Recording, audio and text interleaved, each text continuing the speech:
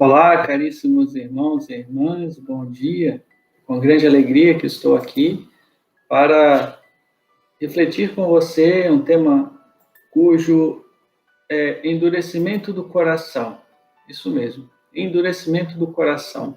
Vamos tratar deste tema e, para a nossa reflexão, leremos o livro do Apocalipse, capítulo 3, do versículo 14 ao 22. Ao anjo da igreja de Laodiceia escreve: Eis o que diz o Amém, a testemunha fiel e verdadeira, o princípio da criação de Deus.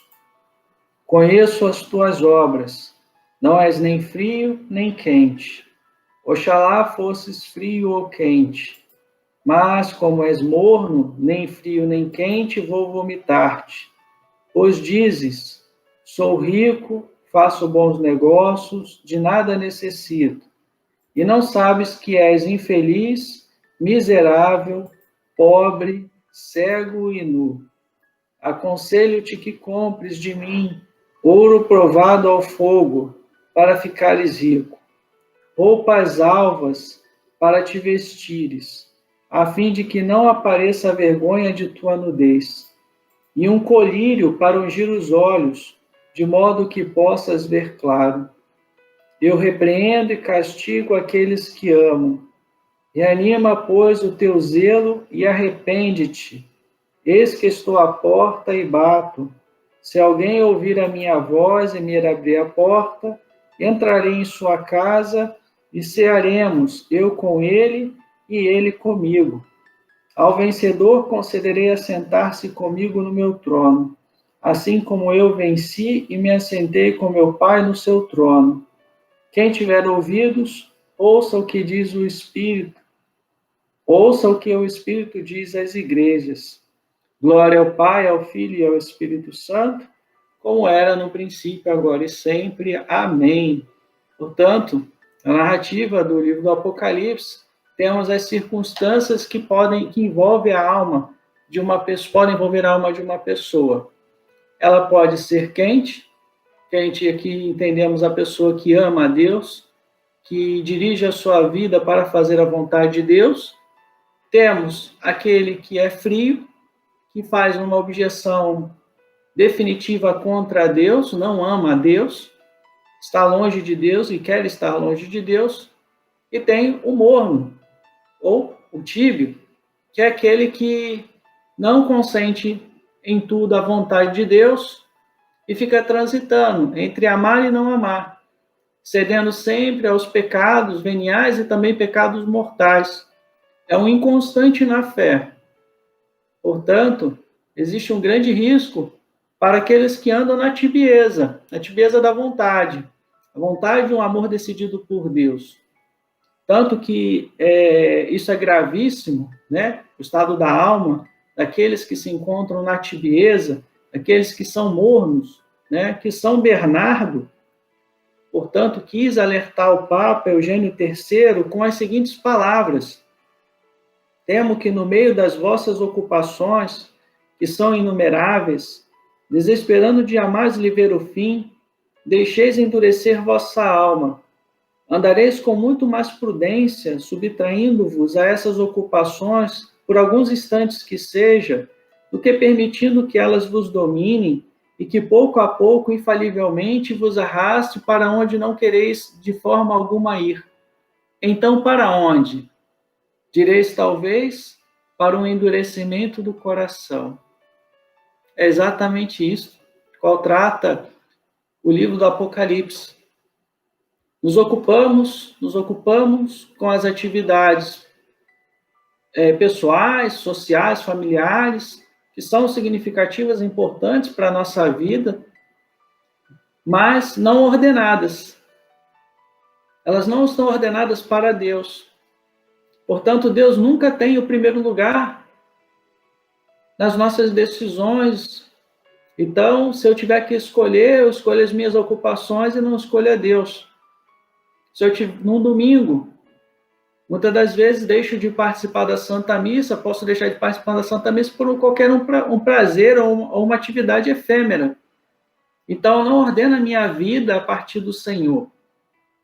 E de pouco a pouco, eu vou perdendo a graça divina que habita em mim, porque os pecados veniais se tornarão muitos. E por serem muitos, eu me torno suscetível ao pecado mortal, que é justamente esta inimizade com Deus, esta separação de Deus. Que se ao morrer num estado de pecado mortal sem ter me arrependido, verdadeiramente disso, eu serei lançado no inferno por minha máxima culpa. Então é gravíssimo, porque a tibieza, o endurecimento do coração leva à cegueira da alma.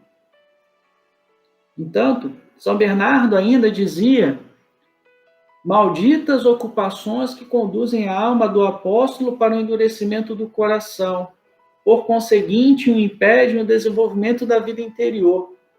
A vida interior é a vida de união com Deus, é a virtude da religião, é ordenar a vida para os sacramentos, para a liturgia, para participar da missa. Então, Eucaristia, confissão, oração, penitência, atos concretos de caridade. Então, a vida cristã ela vai aos poucos ruindo, desmoronando. E isso vai levando a alma à tibieza, ao desamor. Já perde o gosto pelas coisas de Deus, vai perdendo o gosto, o sabor da união com Deus. Ainda assim, essa disposição de dedicar-se a diversas atividades em detrimento da vida interior, em detrimento desta união com Deus, que deveria ser importante fundamento da nossa vida cristã, conduz a alma à tibieza da vontade. Negligencia habitualmente o que deveria ser mais sagrado, que é a oração e união com Deus. Portanto, a vida cristã ela tem como fundamento a oração, esta busca incessante da união com Deus. Passando, portanto, a alma a amar mais as obras de Deus do que o Deus das obras. Veja bem, até mesmo dentro das comunidades, dentro da igreja, corremos o risco de realizar os trabalhos pastorais sem oração alguma. Entramos na igreja e não visitamos o Senhor, não nos dedicamos a Ele o nosso amor e não pedimos a Ele as graças para realizar aquele trabalho. Prescindimos de Deus. Inicie prontamente o trabalho. O que preciso fazer?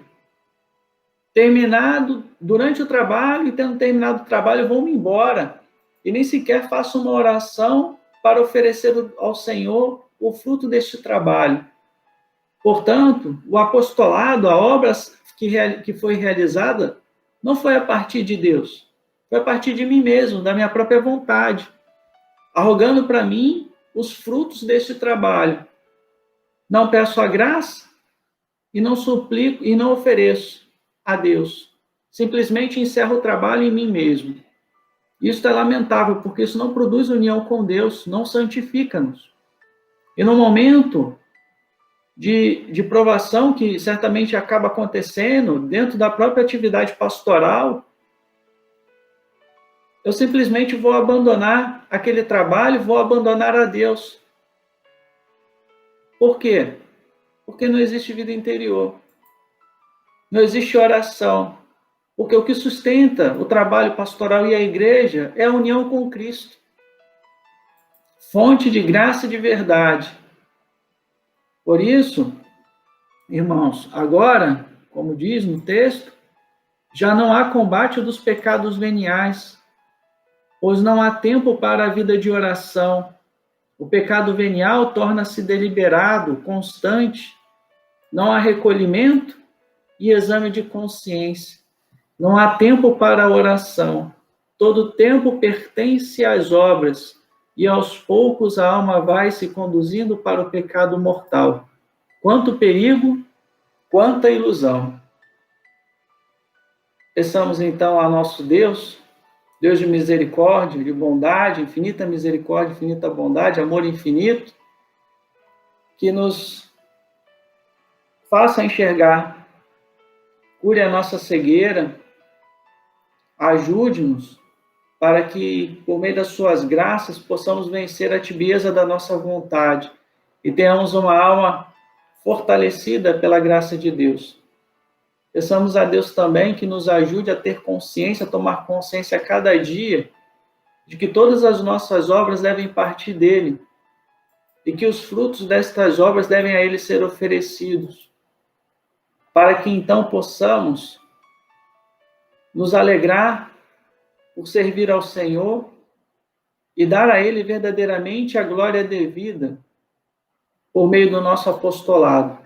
E assim, deste modo, a exemplo da vida dos santos, nosso apostolado, as nossas obras dentro da igreja, fora dela, na nossa vida pessoal, certamente será fecundo, de grandes alegrias para a nossa alma e também de grandes graças que serão destinadas a nós, porque sabemos com humildade reconhecer quem nós somos e quem o outro é, o outro Deus, o nosso Deus é, e a ele tributar a honra devida de todo o trabalho que realizamos. Amém. Por isso, quero vos dar a bênção de Deus. Senhor nosso Deus, obrigado por o Senhor iluminar as nossas consciências, concedendo-nos a graça de compreender a verdade sobre como devemos dirigir a nossa vida e conduzir as obras pessoais e também comunitárias. Por isso, por tua graça, infundi em nós o dom da fortaleza, para que possamos vencer, Senhor, a tibieza. Dai-nos, Senhor, portanto, a vossa bênção, o Pai, o Filho e o Espírito Santo. Amém.